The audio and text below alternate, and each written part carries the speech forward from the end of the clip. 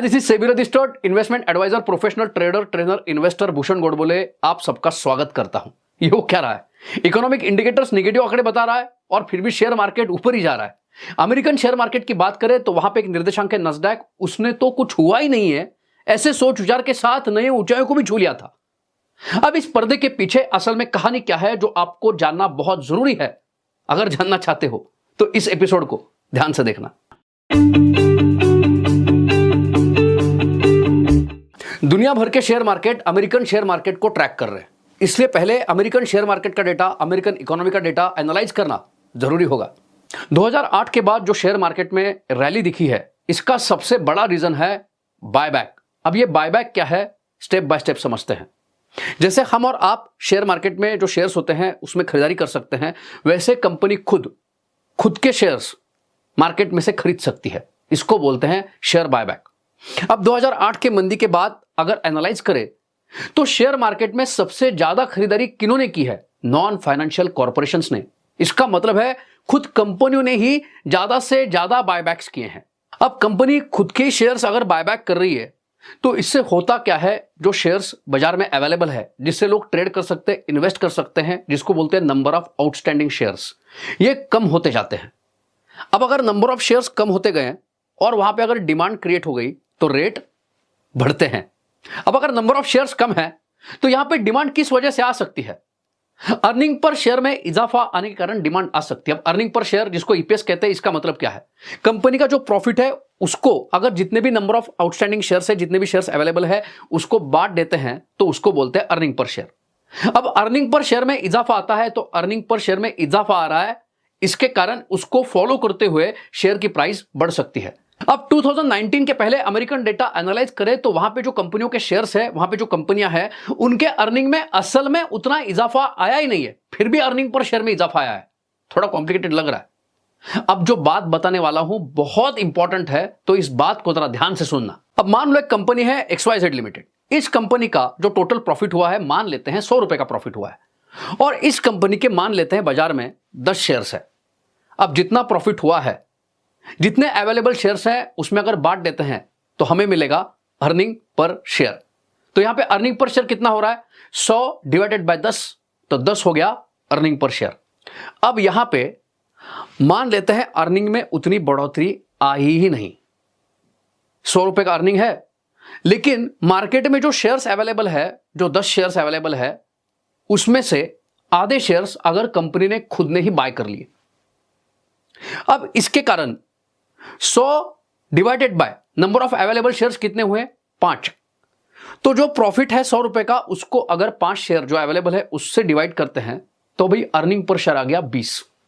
मतलब पहले एक शेयर के पीछे प्रॉफिट 10 रुपए दिखाई दे रहा था, ईपीएस 10 था, अब यहां पे ईपीएस 20 नजर आ रहा है। मतलब कंपनी ने दुगना एक शेयर के पीछे प्रॉफिट बढ़ाया है, ऐसे समझ में आ रहा है। लेकिन क्या यहां पे असल में कंपनी ने उतना प्रॉफिट बढ़ाया था? नहीं बढ़ाया था। फिर ईपीएस कैसे बढ़ गया? क्योंकि नंबर ऑफ शेयर्स जो डिनोमिनेटर था उसको घटा दिया। तो बायबैक के कारण नंबर ऑफ शेयर्स घट जाते हैं और इसके कारण ईपीएस बढ़ जाता है। अगर कंपनी खुद के शेयर्स बाय करना चाहती है, उसके लिए उसके पास पैसा भी चाहिए, और जो पैसा चाहिए, अगर कंपनी के पास उतना प्रॉफिट है और जो प्रॉफिट है उससे कंपनी नई डेवलपमेंट नहीं कर पा रही है, ना तो कंपनी में जो काम करने वाले हैं उनकी वेज इंक्रीज नहीं कर पा रही है, तो यहां पे कंपनी वो पैसा खुद के शेयर्स बाय करने के लिए इस्तेमाल कर सकती है, लेकिन उसके लिए प्रॉफिट होना जरूरी है। अब जिस केस में कंपनी खुद के शेयर्स बाय कर रही है, उस वक्त कंपनी का शेयर उतने सस्ते वैल्यूएशन पे है तो ठीक है। अगर सस्ते वैल्यूएशन पे है मतलब खुद कंपनी खुद में निवेश करके अच्छा रिटर्न कमा रही है और जिससे इन्वेस्टर्स का फायदा भी हो रहा है। दूसरी केस ऐसी है, अगर कंपनी का शेयर इतना नीचे गिर गया है और उस वक्त कंपनी के मैनेजमेंट में खुद के ऊपर भरोसा भी है और वहां पे ये कंपनी चाहती है कि खुद के शेयर्स खुद के पास रहे, क्योंकि अगर शेयर बहुत नीचे आया है तो वहां पे कोई तीसरा आके अगर जितने कंपनियों के मालिक के पास शेयर्स है उससे ज्यादा शेयर खरीद लेता है तो वो कंपनी का मालिक बन सकता है।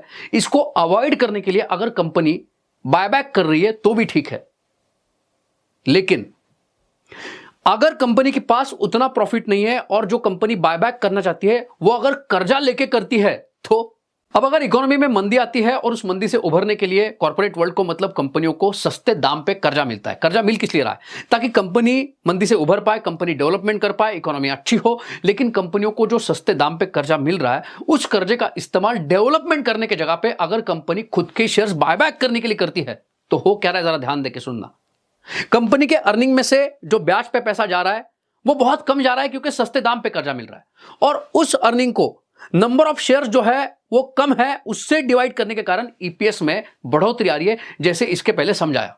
कंपनियों के प्रॉफिट में असल में उतनी बढ़ोतरी आ ही नहीं रही है, बस कंपनियों को सस्ते दाम पे कर्जा मिल रहा है, उसका इस्तेमाल कंपनी शेयर का बायबैक करने के लिए कर रही है। इसके कारण नंबर ऑफ शेयर्स घट रहे हैं और जो कम शेयर्स हैं उससे कंपनियों के प्रॉफिट को डिवाइड करने के कारण अर्निंग पर शेयर में इजाफा आया है, ऐसा बस दिखाई दे रहा है।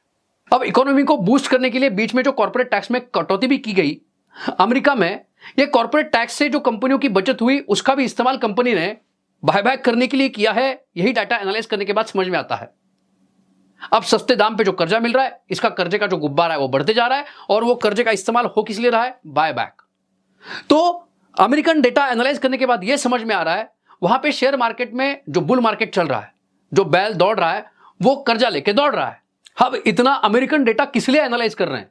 सन 2008 में पूरे दुनिया में जो मंदी आई थी उसका अहम रीजन था अमेरिका में आई हुई मंदी। 2008 में अमेरिकन शेयर मार्केट में जितनी गिरावट आई उससे ज्यादा गिरावट 2008 में भारतीय शेयर मार्केट में आई। एक्सीडेंट उनका हुआ और आईसीयू में हम चले गए। अमेरिकन इकोनॉमी जो खराब हालत में पहुंच चुकी थी उससे रिकवर करने के लिए अमेरिका ने वहां पे मनी प्रिंटिंग, पैसा छाप छाप के एक पैसों का स्टेरॉइड उस इकोनॉमी को दिया है। यहां पे कर्ज का जो टाइम बॉम्ब है टिक टिक टिक टिक करके चल रहा है, जो कभी भी बस्ट हो सकता है। अब इस टॉपिक के ऊपर ऑलरेडी हमने एक वीडियो अपलोड किया है, उसको अगर अब तक नहीं देखा है तो उसको जरूर देखिए। तो इस इकोनॉमिक सिचुएशन को समझते हुए अभी सोच समझकर निवेश करना जरूरी है। अब अहम सवाल यह है, इस इकोनॉमिक सिचुएशन में निवेश कैसे करें? इसके पहले बहुत सारे वीडियोस में मैंने बताया है, पहले मार्केट का वैल्यूएशन देखो। अगर मार्केट का वैल्यूएशन महंगा है तो कम निवेश करो, और वैल्यूएशन सस्ता है तो ही ज्यादा निवेश करो। और वो निवेश उन्हीं कंपनियों में करो जिनके पास सस्टेनेबल कॉम्पिटिटिव एडवांटेज है, जिनके ऊपर कर्जा कम है। अगर इन कंपनियों में हम लंबे समय का स्टेप बाय स्टेप निवेश करते हैं तो हम अच्छे रिटर्न कमा सकते हैं, यही हिस्ट्री कहती है। आसान भाषा में कहे तो जिन कंपनियों की जो अर्निंग की ग्रोथ है वो इन रियल है, जिनके ऊपर कर्जे का जो गुब्बारा है वो कम है, उन कंपनियों में जिनकी सस्टेनेबल कॉम्पिटिटिव एडवांटेज के साथ ग्रोथ हो रही है, वहां पे अगर हम सिस्टमेटिकली इन्वेस्ट करते हैं तो अच्छा मुनाफा लंबे समय में कर सकते हैं। वैसे ही हमारा जो निवेश कर रहे हैं उसको वेल डाइवर्सिफाइड करना बहुत जरूरी है। जैसे इसके पहले बहुत सारे वीडियोस में बता चुका हूं, वेल डाइवर्सिफाइड का मतलब है इक्विटी के साथ आप अगर गोल्ड में भी सिस्टमेटिकली निवेश करते हैं तो आपके पोर्टफोलियो के ऊपर लंबे समय में आप अच्छा रिटर्न कमा सकते हैं।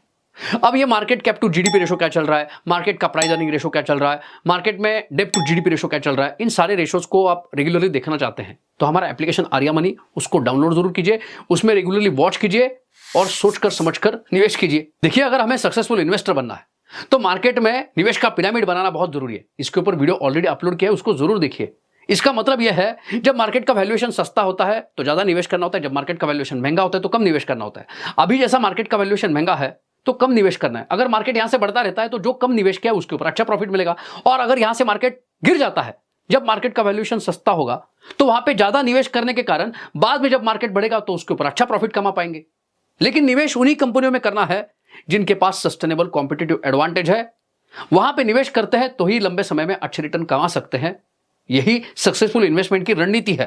जैसे आप हमें यूट्यूब पे फॉलो कर रहे हैं, वैसे आप हमें इंस्टाग्राम पे, फेसबुक पे आर्या मनी के साथ जुड़ सकते हैं। वहां पे भी हम मार्केट के बारे में रेगुलर अपडेट्स डालते रहते हैं। तो इस एपिसोड में इतना ही। अगर आपको आज का एपिसोड अच्छा लगा है तो उसको लाइक जरूर कीजिए, कमेंट करके बताइए आज का एपिसोड कैसा लगा। आने वाले समय में कौन से टॉपिक के ऊपर वीडियो देखना चाहते हैं वो भी कमेंट करके बताइए। तो मिलते हैं अगले एपिसोड में। अगले एपिसोड तक हैप्पी ट्रेडिंग, हैप्पी इन्वेस्टिंग।